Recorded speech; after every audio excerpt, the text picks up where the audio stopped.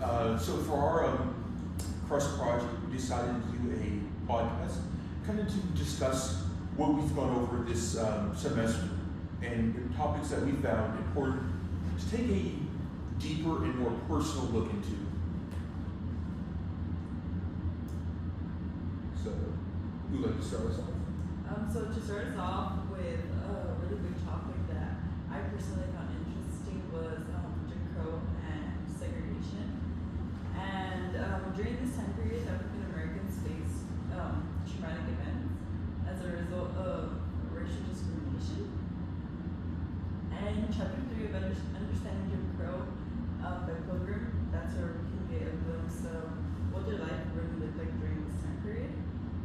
They were really attacked through different ways such as lynchings, and they were also segregated in public areas that you would think are, common public spaces. Like, they had different buses from white people, they had different schools, they had different businesses. They couldn't mix with white people. This led to disparities in areas such as education, since African American schools were severely underfunded as a result of African American people living in different areas of the South, since gerrymandering was also a really big issue. And personally, I would say this is something that has not been fully resolved yet. You often see, even to this day, that there are a lot of schools that are still being segregated. Is that something you guys would agree is still an issue? I definitely think so. As I've seen, it's been a little while, but I watched a show called, it was Last Week Tonight, and they talked a lot about gerrymandering and kind of just dividing communities up and basically isolating people. And I definitely see that a lot within, I live in the Bay Area, and even in areas like that where I've definitely had a lot of diverse schools. The person in high school I went to was quite diverse. But then there's also areas where, and in some parts of Oakland, there's not that diversity, where it's a lot of African Americans and Mexicans, and those schools aren't the best. Yeah. Yeah, I would also like to add on, because I'm also from Oakland, and coming from, I don't know if you relate, the flats and the how would they call it, the mountains? So there's a big difference when going through these communities, because we often see in those low income, marginalized communities, these schools are often filled with low income students of color. I also can relate. I went to a school that was predominantly Latinos and African Americans. So I feel like we still see how policies like Jim Crow and segregation are still implemented in today's social structure. And then I believe my aunt and my cousin, they actually work for the Oakland school system. And I haven't too much as them, they definitely see problems in some of the students. Some of them can't read. Yeah, I feel like to what you said, that it's something that we see. That's actually one of the readings that came up. It's called in chapter 27 of Racial Race Theory, and she says that racial case has just been redesigned, but it hasn't necessarily ended. So I feel like on our day-to-day lives, we don't really think about it as much because it's just been painted to where it's not so out there as before, but it's still definitely a pretty big issue. Yeah, because I feel like even in higher education, we see it in the workforce, let's see doctors, we see predominantly white doctors. We don't often see a representation of people of color. Also specifically within policy, we don't see a lot of people of color being represented, which I believe plays part of why we continue to see how this is still being painted as normalized. Yeah, I feel like even today, in the world we live in, a lot of the issues that when African American people come up is with the legal system, with police brutality and all of that. And I feel like it gets to a point where there's stereotypes, and it like when intersectionality plays a big role because sometimes they're seen as black and well they're men and whatever area they're living in, and it's just more kind of like they're more of a target, which also leads us to our next topic of slavery. And one of the main authors that focused on this was Stephanie Camp in chapter 1 of Closer to Freedom, Enslaved Women and Everyday Resistance in the Plantation South. And in this she basically depicted how slaves were exploited in plantations in the South, not only through physical labor and violence, but also mentally because they were so controlled and white people had like a certain chokehold on them. Do you guys think that, or actually, wait, let me backtrack a little bit. And she also touched on how women and men were, although they were all enslaved, they faced different things, like things inside the camps. Like for example, like women, they were a lot more controlled than men were. Oftentimes men would get allowances and they were able to get a little bit of freedom, not really freedom because they were so controlled, but at least they would get an allowance. You get a little bit more flexibility. Yeah, they were more flexible with them, and but women they were a lot more controlled. Like even if they had to go to so and so's house, like someone had to be with them, and like, they didn't like leave them alone at all. What do you guys think about that? Do you guys think what is it when you hear that? What is that?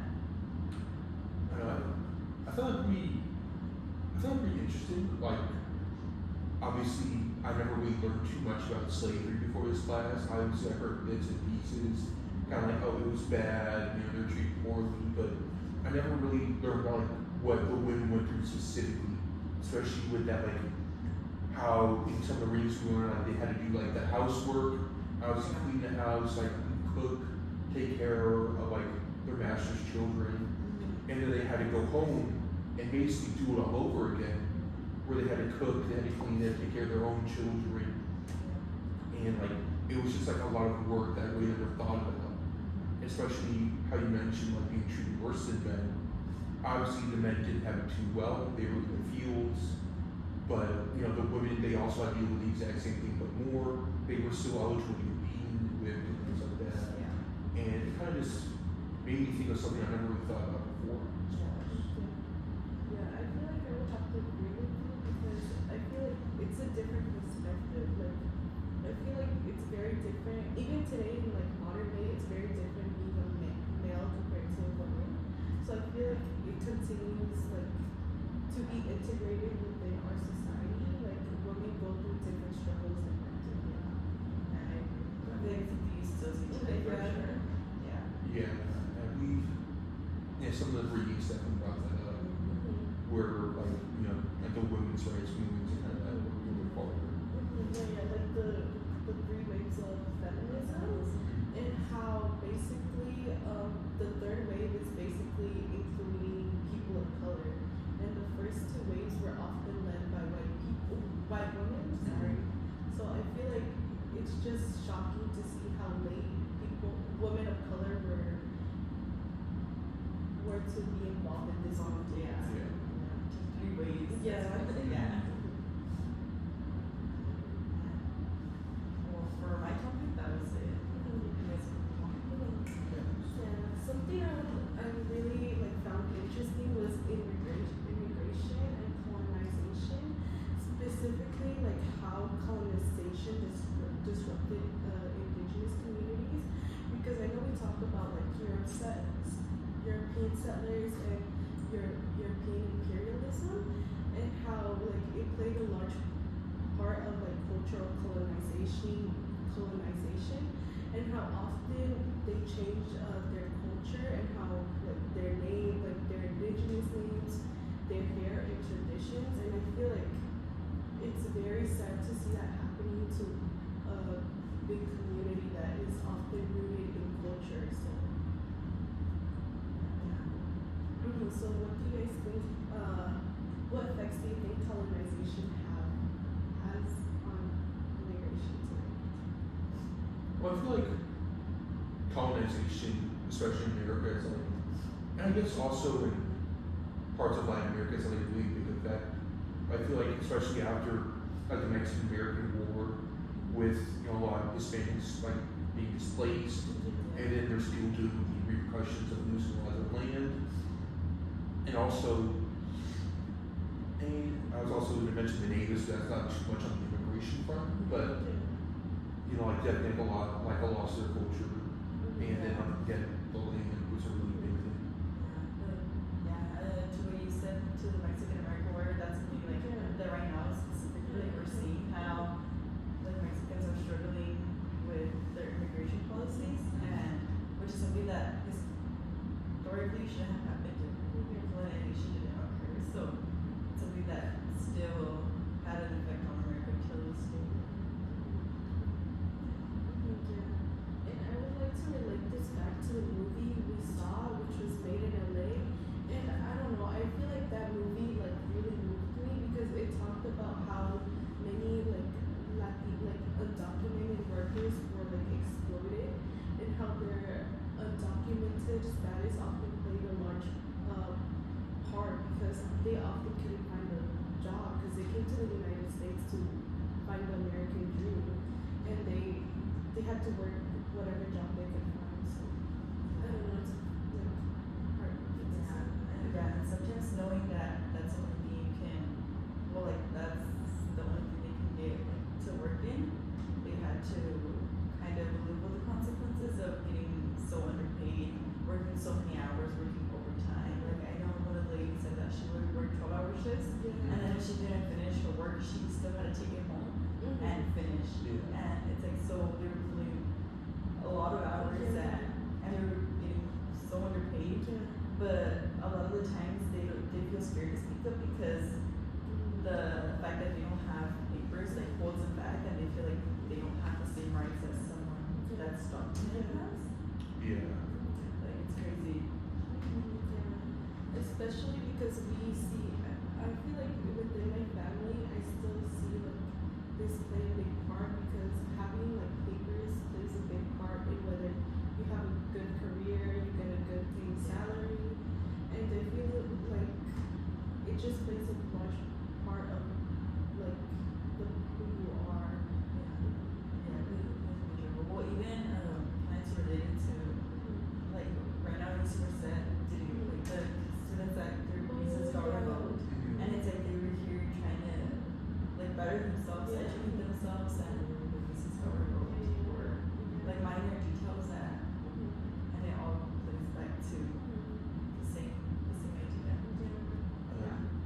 This reminds me of a book I read. I think it's like in middle school, called The Circuit, and it well, it's not the same. It will talk about immigrant farmers, and this kind of reminds you, reminds you that where they're kind of forced to, they were forced here looking for a better life, and while it was hard work and they definitely wanted to do something else, it was the only thing they could find for undocumented status.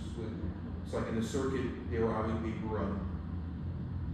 think this took place in the Central Valley, if I'm not correctly, and they were looking through and things like that, whatever they could for money, and this kind of reminds me of that. And also, go even further, actually, this reminds me of a movie I watched, I want to say high school, where it was kind of similar. It was a weird movie. It was like, it took this man, he was like part of his local border patrol group, and they put him with his family that immigrated illegally, and just like living with them, kind of just seeing how they lived, and this just made me think of that, and how even though despite it being so hard, this is better for them. Yeah. And like they went to like their original home and saw like how bad it was. Yeah, compared to how it is, but I feel like going a little back to just what you say, oftentimes bosses take advantage of the fact that they don't have documents, because there's a lot of people that purposely look for undocumented individuals so they can underpay them, because they're like, oh, they're not gonna take repercussions against me or nothing, because they know they're scared to talk. So yeah, that's something you see a lot with right now in the Central Valley with field workers, that they get underpaid because they can't really work any other job within the fields without documents. But yeah, a lot of bosses do take advantage, they don't have to pay them overtime. Yeah. They don't have to, they can stiff them on like health insurance. The important thing is that we kind of take for granted. Yes. For sure. Okay, and I have another question. How do you guys think that how like race, gender, and class, and like one's immigration status overlaps like with their experience, like especially focused like in Made in LA, like how they were talking about how like women often like how we previously said get exploited or are underpaid. I think we kind of explored most of that in the last part, but I think the gender part is definitely Yeah. an interesting part where I think for the most, like, cause in the factories, we never saw any men in there.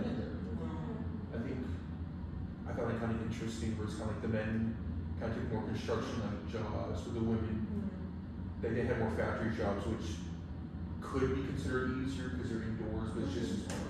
Yeah. A lot of them don't have AC. Yeah. And there's, Yeah, because I remember seeing only one man, like when they were organizing like the rallies. But and even then, like he wasn't trying to do a lot of like going out. I think the only time he came up with it was they were arguing about that I think he had said that he didn't want to speak in the little overcome machine. Yeah. He's like, oh no, like us showing up is Then like more than enough, yeah. And the lady like leaving it like kind of goes back to a collective action problem, how like they want the benefit but they don't want the work of it. But yeah, that's the only time I saw a man do. Yeah, that's crazy. Yeah. And going back to how I just found it really interesting how like they were protesting for so long and they didn't see a lot of change occur. And seeing how many of the workers still continue, like after a few months, they went back to their job because I feel like it's so hard, like keeping up with that, like fighting for justice. And they stopped protesting and stopped because they weren't seeing any changes being done Yeah. for any of the demands they wanted to do. Yeah.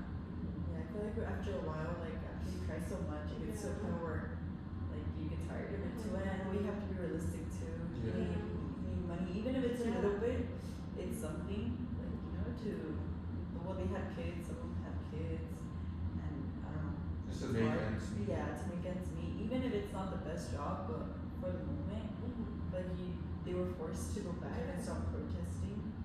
Yeah, but and then it also took a long time for them to even get to justice, or at least something close to it. Take them what, like 2 years? I think it was 2 years. I don't remember exactly that. But it was years, like years, and it shows how, like, I want to say messed up the system is. How I feel like they prioritize their economy or what they want to benefit from, like Yeah. their money over like how people are treated. Yeah. Yeah, because sorry. Like, Because even for the settlement, like Forever 21 was being like picky about it, and they were taking a long time to sign it. And it's like it's a company that has so much money, Yeah. and like they're not giving them any money. They're just like replacing the money they hadn't given them in years. Yeah. And I know the film talked about how one of the women said how usually it's like a few cents, like to make like a little piece, like let's say a shirt, and they would the company would sell it for like $8. Yeah. And it just shows like the amount of money they make or profit from these workers who are like exploited. Yeah, yeah, for sure. But moving on to our next and final question for this topic. Currently, how do you guys see like the issue of colonization affect us in modern day? Well, I feel like the big one is currently Israel Gaza, that whole thing that's I guess it's been brewing for a while now. Yeah. You know, we look back, I see like old videos about it and us joking about it, but you know, it's kind of true where it's just like you have these after World War II, obviously the British came in and kind of just split it up, and they've kind of been in until pretty recent kind of like a Cold War state, kind of contentious about this land, and now it's kind of like it's kind of reached its breaking point, Yeah. and yeah, a lot of people are suffering because of what's happened in the past. And, Yeah, I agree to what you said. It had been kind of brewing, and then like it just keeps adding up, and then it gets to a point where it explodes. Like it's a time ticking bomb, you know. But yeah. I feel like it's similar to what indigenous people went through because I feel like they're still fighting like the settler colonialism, which would be like Israel, and like they're being forced outside their land, and they're like, I feel like they're being like, there's a lot of I'm so sorry. You guys want to add on? I think we covered most of it. Yeah.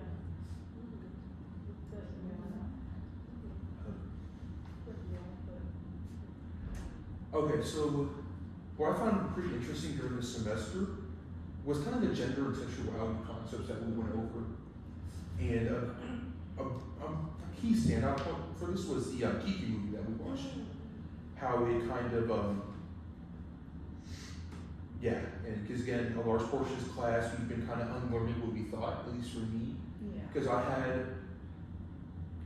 kind of thought gender and sexuality were kind of the same thing, to be honest. I really haven't been throwing classes like this. But kind of learning about how gender is kind of just like something we create, I thought was pretty interesting. And seeing that kind of in picture with Kiki, I thought was pretty interesting, and how they kind of went through so much. Yeah. And it kind of got me thinking about this community that they had, and I was just kind of wondering, like, how do you think that type of community would be in any other place in America? I feel like right now, like the current time we live in, there's still a lot of close-minded people to that community. I feel like they would still face a lot of discrimination, like a lot. Cause, like right now, like around, I have a couple friends like that are in that community, and hearing it from them, like the discrimination they face, like it's intense, and they're not like in the Kiki movie. They would make like shows and like houses and everything, and like from people I hear, they're not like that, and it's like they still get so much hate for just being who they are. So I feel like that community probably wouldn't get accepted yet. Not until I feel like everyone kind of grows mentally. Yeah, I would have to agree. I feel like although we say like the US is like very advanced and very educated, I feel like many people are still closed-minded in accepting that group of people. And I feel like they just need to be more educated and accepting of these people because everyone's different. Like everyone has their own like thing going on. So especially because a lot of like I also have a lot of friends that are in that community, and they also talk to me about how like it's very hard talking about it with their family specifically, and like some come from like a Catholic home, and it's even harder because their parents aren't accepting of that, and how like religion plays a big part in their households, and how they often never mention it to their family, or it just creates a barrier within them and their parents. Yeah, I agree. I also think like your family background has a lot to do with like even I come from a Mexican family, like a very Mexican family. So it's like someone like that my family wouldn't understand because of the way they grew up. Like they're not open minded. Like to them, like a man is a man, and they're more of like the machismo idea. And well, a woman like has her certain duties. So it's like it must be hard for them to live in that environment, like for like I don't know, for them to Express themselves? Yeah, express themselves, because like they know that they're gonna receive all that backlash, which shouldn't really, especially from your family. I feel like it hits differently. Like from people outside, you can take comments and like just like brush them off, you know. But from your parents, I feel like it's very different. Yeah, I know. Personally, it's kind of like the Kiki community that we saw in the movie was pretty interesting, kind of being an offshoot, and it was like, and even with them being such a, like, it was a pretty dense community, there's a lot of people there, there's enough for them to have houses and things like that, and then to still face this discrimination, like, we heard about them facing discrimination like the police and things like that, Yeah. and even I believe it took place in Chicago, right? It took place in a pretty big city. New York. Or they traveled to New York too. It was a big it's city, like though. over in that area. Yeah. It was in a big city towards the East Coast, Uh-huh. and for them to face that like such a progressive area, I found that pretty interesting. Yeah. And you know, I come from like the San Francisco Bay Area. I think it's more. I tend to come from like East Bay, like not Oakland, but like El Cerrito. And I'm not personally sure how people would react, but I know like the city would be a little bit more welcoming, and I just found it interesting, especially because like obviously some people they might have hate towards those people, but they might not show it, and yeah. Yeah, for sure. But there's a lot of mixed emotions like in that, and it's like a very sensitive topic that not a lot of people are open to. Yeah. Yeah, and going back to what you were saying, I feel like there's different parts of like either the state or the country where it's like more like accepting, I guess more liberal and more conservative, so they would be like more accepting of these groups and like more understanding of like what their community goes through and what support they need or what materials they would need. Yeah, that's true. Yeah, I also find it interesting that like a lot of them from like small towns and talking about how the experience compared to like you know like the big cities where a lot of them are more accepted, treat them better, you know, still not absolute, and like how they kind of reject their intersectionality, which kind of reminded me of like one of the readings we had from Crenshaw was like intersectional can bring invisible bodies into view. Yeah. And then building off the last question, you ever think there'll be a time when this Kiki scene is kind of like, I guess, fully accepted, or like it would be ever accepted like in our lifetimes? Because you know, like, you know, you look on like the news and how like these communities are kind of like blamed for things and they're victimized. Like, I wouldn't say victimized, but like they're demonized. Yeah. Personally, I don't think we'll get to that point where everyone accepts them, just because there's so many people growing up in different households, like non-intersectionality. Like, I feel like that plays a really big role in this whole like topic. And well, if their parents are not accepting of that, and the kid is growing up in that household, the kid is gonna grow up to think similar way, like you would think, you know, as their parents. So I feel like it's a little cycle that keeps going, unless like that kid moves away for college or something, where the cycle breaks. But I feel like maybe it'll get more progressive and more people will start to accept it. Cause like right now, like I feel like it's going in that direction, like a little bit, but I feel like it'll never get to that point where everyone fully accepts them. I would have to agree with you because I mean everyone has their own like point of view or perspective on a certain topic, and I believe it's very hard to like. I feel like within this topic reach the older generation that were set like with a specific mindset that like males and women are supposed to like act a certain way. Because in the Kiki movie we saw like a lot of males like be able to fully express themselves through like clothing, makeup, or dressing up in general. And I feel like personally I'm all for that, and I feel like people should express like who they truly are.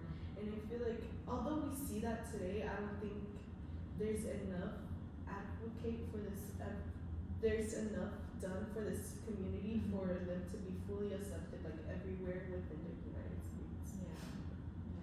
And kind of going off that again, like I've been fortunate to live in pretty liberal areas where like if you were like that, you wouldn't be, I guess, you'd be treated like normal.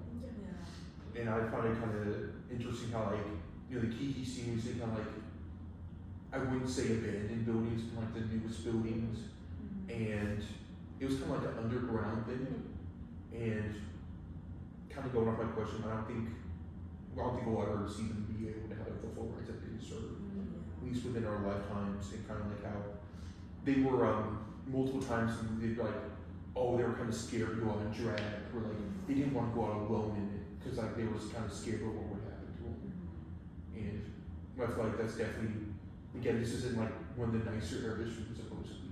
Yeah. I just felt that kind of interesting as well. Yeah, and from them being scared, I feel like oftentimes it does like get out of hand. Because in the movie they just say that one of the girls, like one of her friends had been murdered. Like the mom was saying how she was scared of her coming out because her friend was murdered for being transgender. And it's just crazy to think how like hatred can get you so far to unaliving a person over what they feel and who they are. Yeah. Like that's not a motive to be violent and not through those means. So I just found that crazy right now that you brought it up. And I feel like people within this community often find like, I feel like one of the people in Kiki was talking about how they often like use a lot in order to like be able to deal with all of the like hate and discrimination like he faces. So I feel like it's very difficult to like be able to truly be yourself and be like judged every minute because you aren't fully able to express who you are. You don't fit the norm. Yeah. Yeah. I feel like even if you were to get used to the rejection, like, cause like a lot of them as they're growing up, like once you get to a certain age, you get used to the rejection. But I feel like it's still not the same as if you were to be accepted. You feel like it probably won't affect you the same, but it's not. You won't live as happy as you would if you would get the acceptance you're looking for.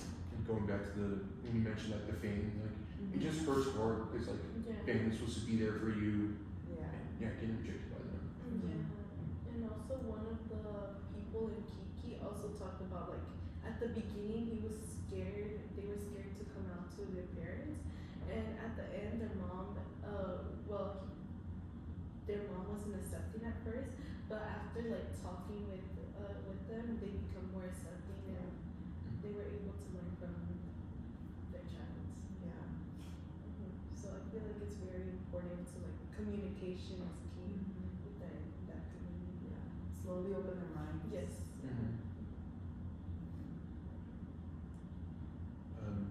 You guys have anything else I heard? That's all the answers, all the questions we prepared.